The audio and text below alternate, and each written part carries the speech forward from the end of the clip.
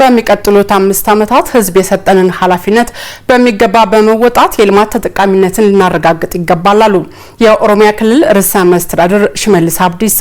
ርዕሰ መስተዳድሩ ዛሬ መካሄድ በጀመረው የጨፌ ኦሮሚያ መደበኛ ጉባኤ ላይ እንደተናገሩት የክልሉን ሰላም ለማጽናት ገቢን ለማሳደግና የኑሮ ውድነትን ለመቀነስ በቀጣይ እንደሚሰራም አንስቷል። የጨፌ ኦሮሚያ 5ኛ ዓመት 6ኛ የሥራ ዘመን 11ኛ መደበኛ ጉባኤ በአዳማ ጨፌ አዳራሽ እየተካሄደ ይገኛል። ጉባኤውን እየተከታተለች የምትገኘው አዳነች አበበ ተጨማሪው ልታደርሰን በቀጥታ መስመራችን ላይ ትገኛለች። አዳነች እንደምን አምሽተሻል? መረጃዎችን መቀጠል ትችያለሽ።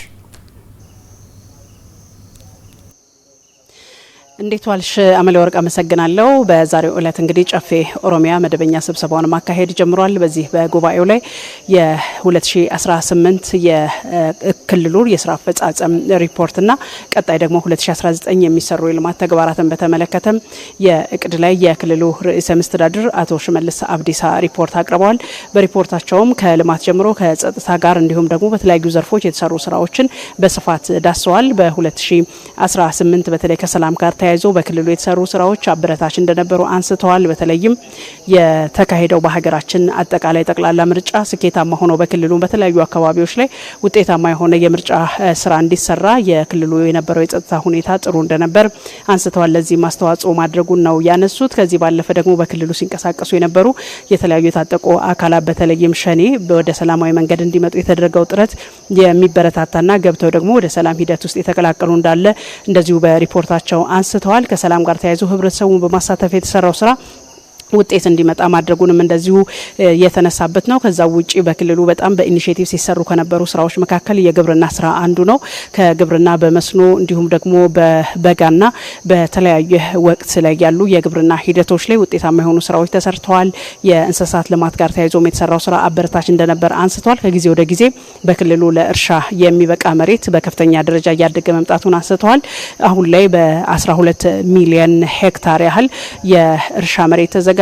በዚህም እንግዲህ በሚሊዮን የሚቆጠር ኩንታል ምርት የሚገኝበት ደረጃ ላይ መደረሱ እንደዚሁ በሪፖርታቸው የዳሰሱት ነው። ከዛ ውጪ ደግሞ ከስራ እድል ፈጠራ ጋር ተያይዞ በክልሉ ወጣቶችና ሴቶች የስራ እድል እንዲጠቀሙ ከማድረግ ጋር ተያይዞ በከተማም በገጠርም እንደዚሁ ተሰርቷል። ከአገልግሎት አያያዝ ጋር አሰጣጥ ጋር ተያይዞ በከተሞች አገልግሎትን ለማቀላጠፍ በተለይም የአንድ መሶብ አገልግሎት ውጤታማ ስራ መሰራቱን አንስተዋል። ወደ 96 ከተሞች ላይ ተደራሽ ለማድረግ ታስቦ በ56ቱ አሁን ላይ ተደራሽ ማድረግ ተችሏልና ይሄ ነው የማስፋት ስራ ይሰራል የሚል ሀሳብ አንስተዋል ማለት ነው። ህብረተሰቡ የሚፈልገውን የልማት የመልካም አስተዳደር ጥያቄዎችን ለመመለስ በቀጣይ 5 ዓመታት ደግሞ መሰራት ያስፈልጋል። እድሉን ሰጥቶናል፣ በምርጫው አሸንፈናል ሲሉ አንስተዋል ማለት ነው። የ2019 እቅድ ላይ በስፋት ይሰራል ብለው ካነሱባቸው ጉዳዮች መካከል የልማት የመልካም አስተዳደር ችግሮችና እንዲሁም ደግሞ የሰላም ጉዳይ ትኩረት ተሰጥቶት ይሰራል። የስራ እድል ፈጠራም እንደዚሁ በዚህ በ2019 እቅድ ላይ የተካተተ እንደሆነ ነው ርዕሰ መስተዳድሩ ያነሱት። በሪፖርታቸው ከተነሱ ጉዳዮች በኋላ የጨፌ አባላትም የተለያዩ ጥያቄዎችን ጠይቀዋል። ከሰላም ጋር ተያይዞ ከልማት ጋር ተያይዞ በየአካባቢያቸው ያለውን ሁኔታ አንስተው ምላሽና ማብራሪያም እንደዚሁ አመሻሹ ላይ የክልሉ ርዕሰ መስተዳድር አቶ ሽመልስ አብዲሳ ሰጥተዋቸዋል ማለት ነው።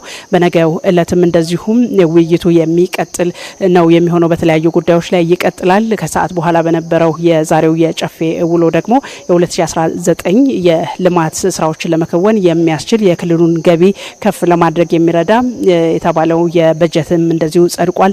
704 ቢሊዮን ብር ተደርጎ ነው እንግዲህ የጸደቀው ማለት ነው። ይሄ ደግሞ የክልሉ የገቢ አቅምን ከፍ ማለቱን የሚያሳይ ነው። ገቢን ደግሞ በአግባቡ መሰብሰብ ይገባል። ለዚህም በትኩረት እንሰራለን የሚል ሀሳብ ተነስቷል። የዛሬው ውሎ የጨፌው ይሄንን ይመስላል። አመለ ወርቅ። አዳነች ለመረጃዎችሽ እጅግ አድርገን እናመሰግናለን። መልካም ምሽት ይሁንልሽ።